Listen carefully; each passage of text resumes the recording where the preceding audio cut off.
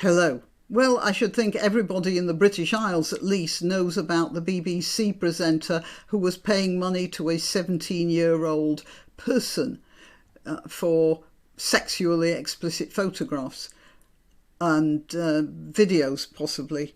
And I'm granniopteryx, interrupting myself to tell you I am on YouTube, Rumble, BitChute and Minds, also Twitter and Gab. That's where I let you know when I've uploaded a new video. All the links are in the description, as are links to donation sites if you want to use them, but the best way you can help my channel and this video in particular is by liking it and by sharing it and by subscribing to my channel and clicking that button, notifications button. Okay, right, back to the Beeb. I have a couple of questions about this. Normally I don't deal with breaking stories because, especially in this sort of case, everybody is very ignorant even about the identity of the accused presenter.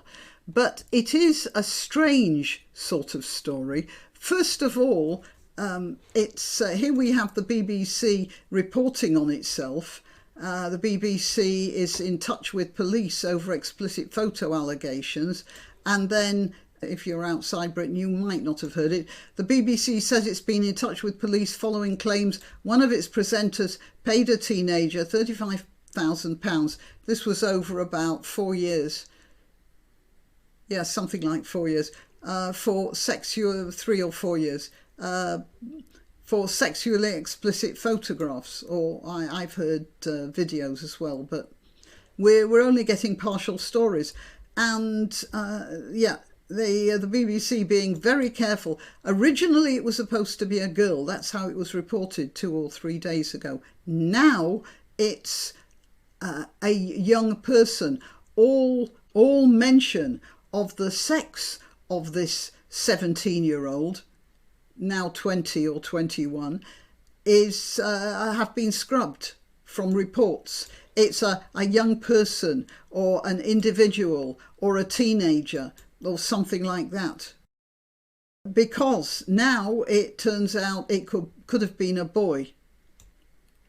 And the allegations were first reported by The Sun on Friday. According to any of the reports I've got, they were reported by The Sun on Friday, having been given the story by the parents. And apparently the mother said something like, "I just want to make it stop."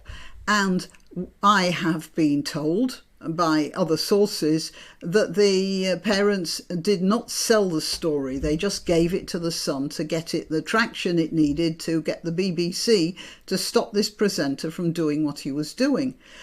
Okay, what I would like to know is why the parents didn't approach the police in the first place. Did they? So, yeah, I don't know. I'm just asking. Either they did and the police told them there was no case because the person was over 17 and it was just photographs, or they didn't approach the police because they thought the police weren't going to help them. I have no idea. I am just speculating, but it's very odd that the family who found out about this history only in May, when they took the story to the BBC and asked them if they were going to stop the presenter.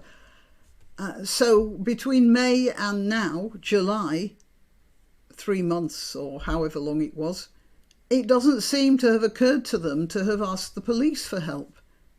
And or perhaps they did and the police said they couldn't do anything about it. I don't know. If they couldn't, then why is the BBC in touch with the police?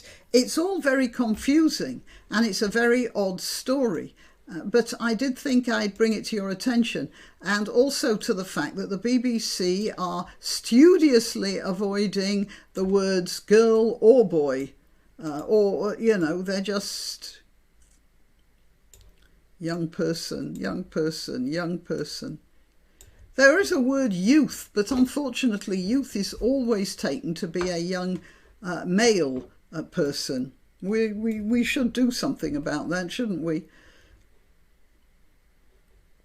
Yeah, they've changed everything to young person, young person, young person. But when I read the first reports a couple of days ago, it was a vulnerable girl.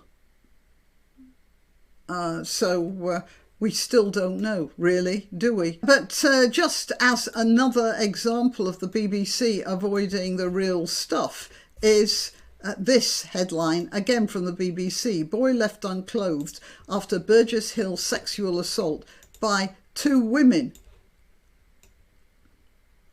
I'm not laughing at the situation. That poor kid will have had his life marked permanently, I should think. But this thing, 2 women sexually assaulting a teenage boy, and injuries to his head and body, and both women were between 18 and 20 years old, one being 6'3" and with bright dyed red hair. You do think that the BBC might have speculated about these 2 women somewhere along the line, wouldn't you? But again, they're feeding into the woke narrative. The other woman was about 5'9", which is still pretty tall for a woman, and spoke with a Merseyside accent. Yeah, that's the least of the BBC's problems here. They're not women, they're men dressed as women, and the BBC won't report it. So obviously this is the same idea of what's going on here. It's the same cowardice and lack of moral compass, really, isn't it? All right, well, that's my update, as for what it's worth, on the latest scandal emanating from the BBC. Till next time. Why not treat yourself or a favoured relative or friend to these magnificent examples of merch? The mugs and t-shirts come in the granniopteryx design or Grambo, with a firearm or the more deadly knitting needles. Go to www.granniopteryx.com, and whatever platform you're watching this on, please click like, subscribe and share, share, share.